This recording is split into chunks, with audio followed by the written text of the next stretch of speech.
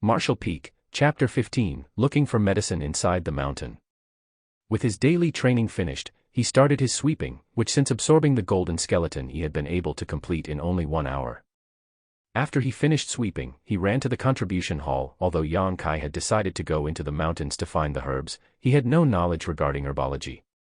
He had only heard of the 3-leaved chaos spirit flower and the dead Jedi tree grass, and didn't know what they looked like. Most of his preparatory work for his journey into the Black Wind Mountain was done. To avoid an embarrassing situation, Xianxia hurried to the contribution hall to write down the herb's appearance. Originally he had planned to ask Treasurer Meng to teach him. He hadn't expected Treasurer Meng to give him a book on herbs instead. Looking at the book, Xianxia found that it had an introduction to herbs and their medical properties, habitats, and illustrations. Though it would create a feeling of disappointment in those who read it, as it merely contained information on ordinary grade herbs and nothing on the herbs of a higher grade, but it was quite suitable for Xianxia's current needs. Just as practitioners were classified into different ranks, so too were herbs, weapons, and medicinal pellets.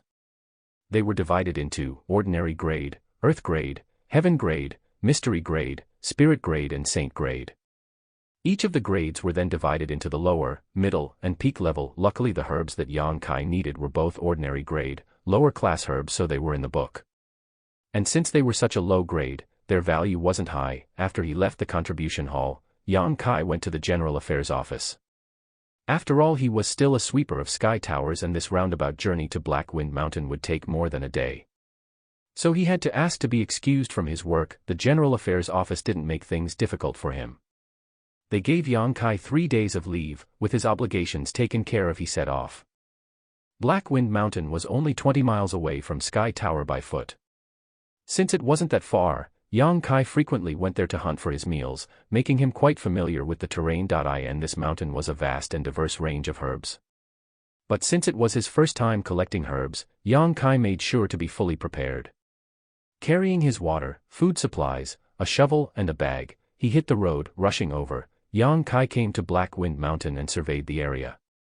The mountain was like a prehistoric monster, lying down between the heavens and the earth.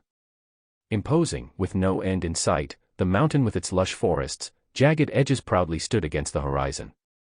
Standing there, Xianxia felt a cool breeze blow through his hair. Within Black Wind Mountain lived many ferocious beasts. Some high-leveled ferocious beasts could even make martial practitioners flee with no chance of victory. So generally when people ventured into the mountain, they wouldn't go too deep. The first 30 or so miles were classified as the safe zone, the next 10 miles were the dangerous zone. And the area beyond that was the life-threatening zone. Basically, the deeper you went, the more dangerous it was. Since Xianxia was only looking for ordinary grade lower-level herbs, he didn't need to venture too far in. So naturally he didn't have to worry about his safety, as he would only be searching within the safe zone. Currently it was still in the early hours of the morning, and Xianxia was trying to recall whether or not he had stumbled upon those herbs in his previous trips to the mountain. But it didn't matter whether he had or not, as he was prepared this time to find them equipped with the knowledge from the book. Thinking back, Xianxia remembered that there were many potential places for herbs to grow in. In his current situation he didn't even know the locations of the herbs he wanted to find, but filled with anticipation, Xianxia followed the familiar track into Black Wind Mountain. After half an hour, Xianxia spotted his first harvest hidden within the thicket next to the track. He was a bunch of lychee sharp teeth herbs. Harvesting them, Xianxia put them into his bag and continued his search, thinking to himself this was a good start. Walking down the road, Xianxia looked at the various vegetation scattered about, and memories of the forest came flooding back, informing him of his location. With his knowledge of the mountain, gained from hunting, he could accurately create a mental map of where he was in relation to Sky Tower, preventing him from getting lost. By evening Xianxia had collected 4 different types of herbs. When searching for herbs it is naturally very hard, not to mention that many people like to come here to collect herbs, making it even harder to find them. Although Xianxia only found 4 herbs, he was still pretty satisfied. Unfortunately Xianxia didn't need these 4 herbs. To make matters worse, their grades were only at ordinary grade, lower level 2. Nevertheless, if he were to take them back, he could exchange them for contribution points, so they were of some value. This time the sun had already started to set.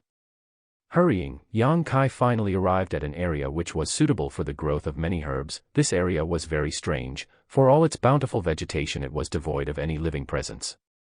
Especially for an area of 30 feet around the area of herbs, the land was completely dead and nothing grew. Not even weeds, though in the center of this wasteland, there were 3 bunches of grass.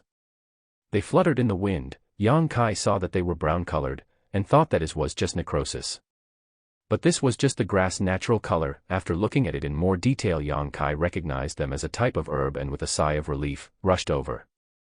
Smiling widely, he quickly dug them all up. A little while later, these 3 herbs were collected. As he held these herbs, Xianxia took out the herbology book that Treasurer Meng gave him earlier and checked it to see where he had seen them before. They were indeed the dead Jedi tree grass. The illustrations, growth, and environment all matched up. Dead Jedi tree grass grew from dead trees, which made it quite easy to find. Basically in the mountains, any place that had dead land, you could find it growing nearby. Carefully, Xianxia placed the grass in his bag and took out some water and food, then took out his water and food and looked for a place to eat and rest. This time when he entered the mountains, his main goal was to find the 3-leaved chaos spirit flower and the dead Jedi tree grass. Now that he had found the dead Jedi tree grass, he needed to switch his focus to the 3-leaved chaos spirit flower. Not only did he need to find the 3-leaved chaos spirit flower, but he also needed a large quantity of it.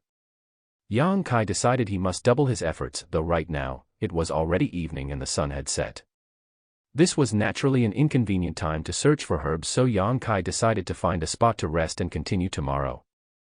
Previously, when he entered forayed into the mountains, he had never stayed overnight. However, as the saying goes, even if you hadn't tasted pork, you have at least seen a pig before. On that note, he naturally knew the dangers of the mountains at night. I think it's pretty self-explanatory. But for those who are confused, it means that even if you haven't experienced some things, you should have some knowledge of them. Men even got to edit the comments. No rest for the wicked. After he found the nearest tree, Xianxia climbed up and looked for a suitable place to sleep. After locating a place, he immediately laid down and closed his eyes. Trees are so hard to locate in a forest on a mountain. By 1:30 am, Xianxia had yet to fall asleep, so he took out the black book and turned to page 3.